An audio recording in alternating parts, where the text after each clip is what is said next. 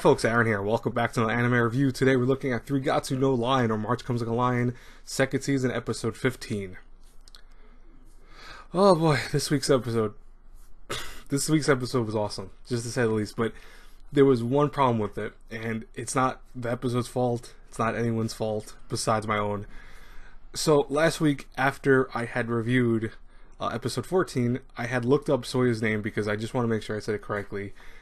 And lo and behold, and by the way, I'm still not sure if I'm saying his name correctly, but lo and behold, I looked his name up and then got spoiled on this week's revelation of him being deaf. You know, it was like the perfect way of doing that. Like, the way they executed that this week's episode was so awesome, but I had already known. And I'm like, oh man, it kills it just slightly, because it still was good, don't get me wrong, but for people that probably had not been spoiled with that, it was great. It was a great revelation the way it was done. For every, you know, maybe for people who read the manga, it probably wasn't a big deal. For people who, like me, got that spoiled for me, it kind of sucked a little bit. But anyways, let's talk about this week's episode, because I do want to talk about it, at least a decent part of it. The first half of it obviously was focused on the Shogi tournament between Rei and Soya. And the thing that was awesome about it was just the way it was done. It was so good. It was so engaging. Like, I legit could not watch anything but the screen of them playing. It was just that awesome. Because, you know, there was something intense about how they were playing, how Rei was reacting to it. He's like, he felt like he was going to lose, but at the same time, he didn't want to give up. He wanted to face Soya head on, regardless, because he didn't feel like getting blown away by Soya's skill. And, you know, even the commentators were awed that Rei at one point was actually ahead of Soya. He was actually doing better than him. That he made one mistake. Rei made one little tiny error by moving a pawn somewhere, and lo and behold, the whole game for him was, you know, basically out of his hand from here on out. He was able to recover a little bit, but at the same time, it just wasn't enough to actually win the game. So he lost. But I love the sequence then after, where it was after the review, the post review for the game, they actually were like talking to each other without actually talking to each other. I thought that was so cool, where Rei moved the pieces around and then put a piece where it should have been instead of what he did in the game. And, you know, Soya just looked at it and nodded.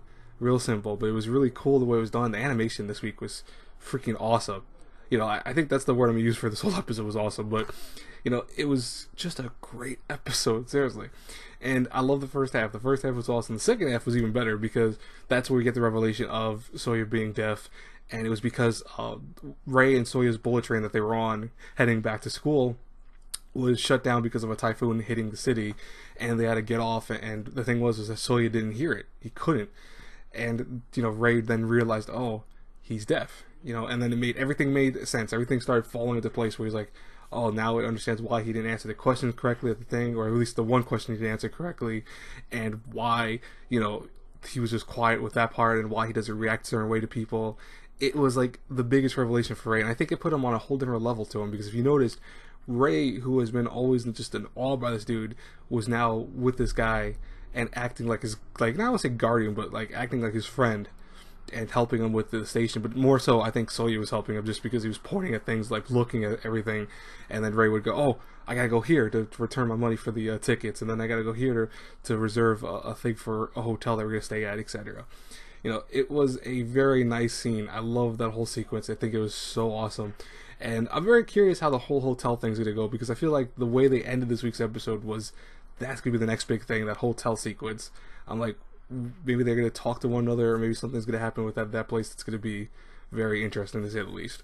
Anyways, what did you guys think about this week's episode? I'd love to hear from you in the comments below. As always, guys and girls, if you liked this review, think about hitting the like button, subscribe to the channel if you're not already, and I will talk to you later in my next review, which should be like 5 other shows I have to review today. I have Fate Extra, which came out apparently. I also have I'll still have the review from yesterday, which is Darling with Franks. That'll be out probably 20 minutes after this one, because it's already, all these shows have been watched already. The Ancient Magus Bride will be what's going to be the latest today. That will be probably out 2 o'clock, to say the least. I'll talk to you guys later. Have a great blessed day, everyone. God bless you all. Bye bye.